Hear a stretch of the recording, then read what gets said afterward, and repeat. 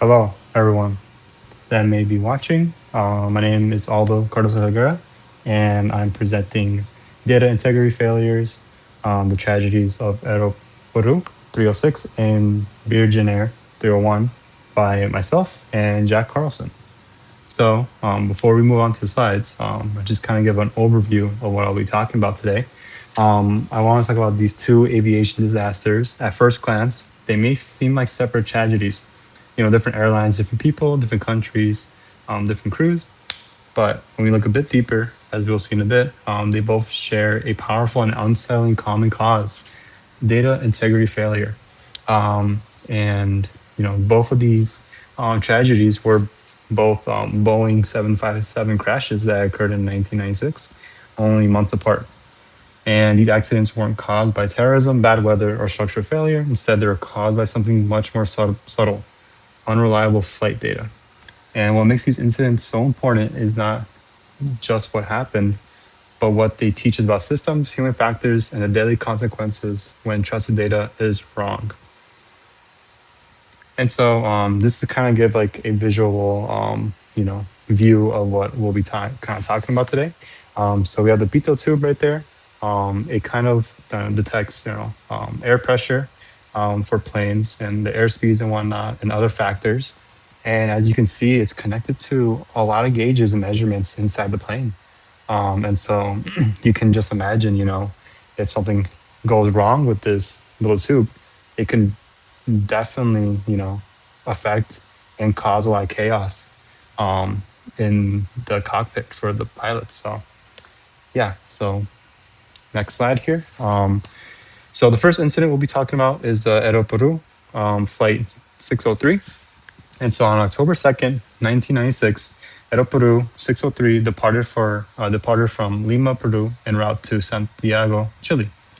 It was a red-eye flight over the Pacific Ocean. The aircraft was a Boeing 575 carrying 61 passengers and 9 crew members, with a total of 70 people in total. And so the aircraft had just undergone routine maintenance, and during cleaning and washing of the plane, maintenance workers placed masking tape over the aircraft's static ports to protect them from debris and water. And so the static ports are a small opening outside the aircraft that measure air pressure, as we mentioned before.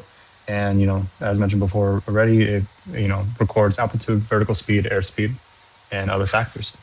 And the problem was that this masking tape was never removed, and so there was no warning flags, no final inspection catch. The aircraft was just released for flight. And so shortly after takeoff, the pilots began receiving confusing instrument readings, and the airspeed indicators fluctuated wildly. Stall warnings activated as well, and overspeed warnings activated. And at times, the aircraft was being told it was flying too fast or too slow at the same time.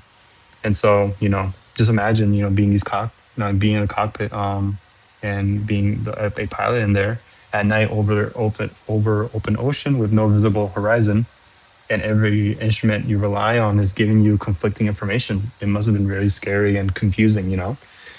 And so the crew attempted to troubleshoot.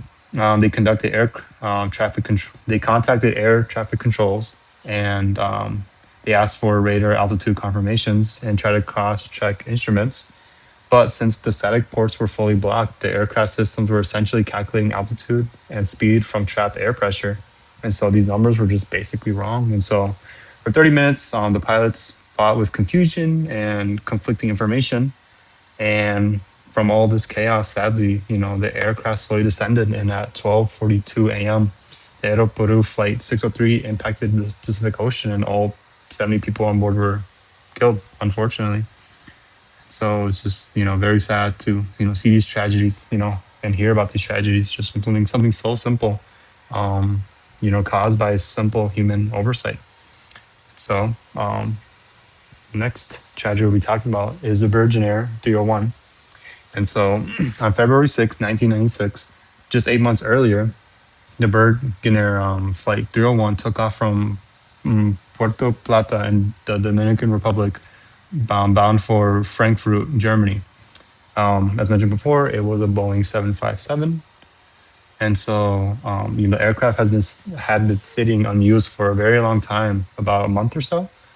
And so shortly after takeoff, the captain's airspeed indicators began showing confusing information like in the previous incident, showing unusually high speeds, suggesting that the aircraft was overspeeding. Um, and so, there's a lot of conflicting information from other parts of the cockpit as well. And so, this aircraft system depended heavily on the pitot tubes. And so, and so later, investigators concluded that one of the pitot tubes had been blocked. And so, evidence suggested that a possible wasp nest had, formed inside the tube while the aircraft, sat idle for a very long time.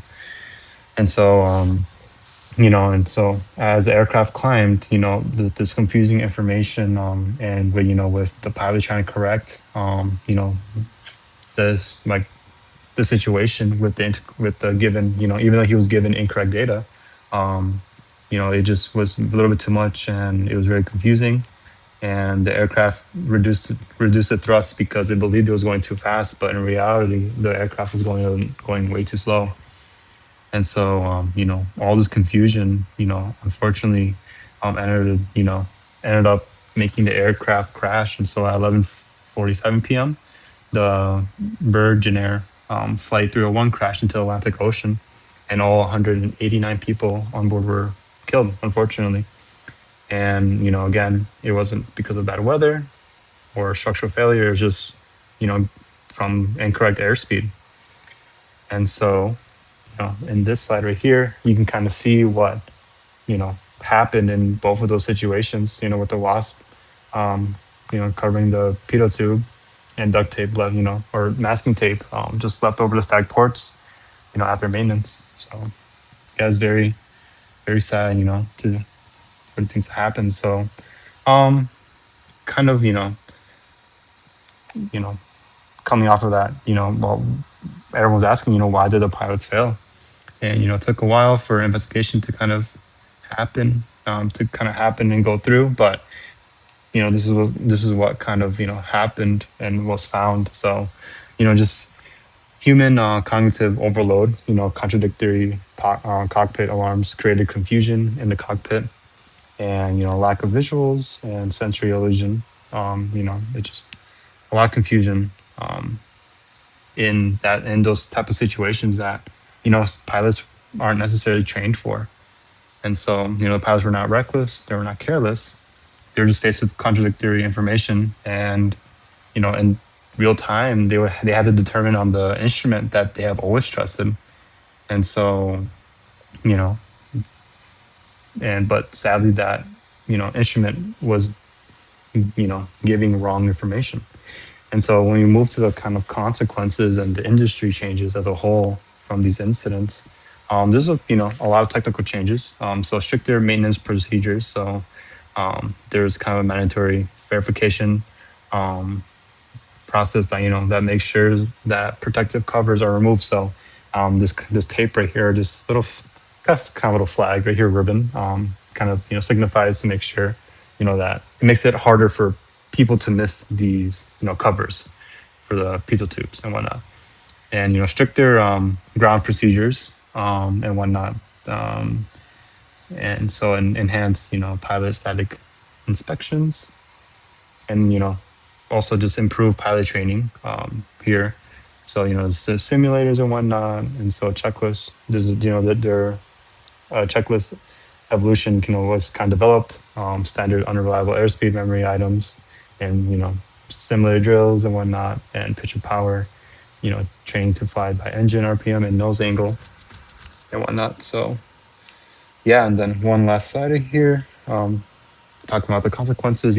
Just modern prevention. Voting logic computers compare three sensors to flag outliers: digital alerts, instant cockpit warning for invalid sensor data, and redundancy. Improve self-correcting flight computer systems.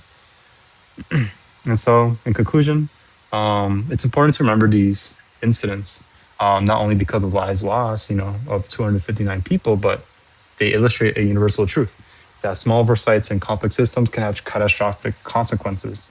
Whether it's a piece of tape, a wasp nest, or a block sensor.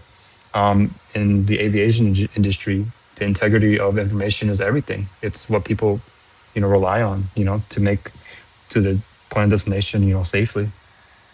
And so, when this data is compromised, it can cause horrible, horrible tragedies, as we just learned. And so, yeah, so these flights were not caused by dramatic explosions or dramatic weather events, just corrupted data. And so we have to make sure that in high stakes systems, data must be accurate, verified, and cross checked and respected. Because when we trust data with our lives, it must be worthy of that trust. So thank you so much. I hope you have a good rest of your day. Thank you.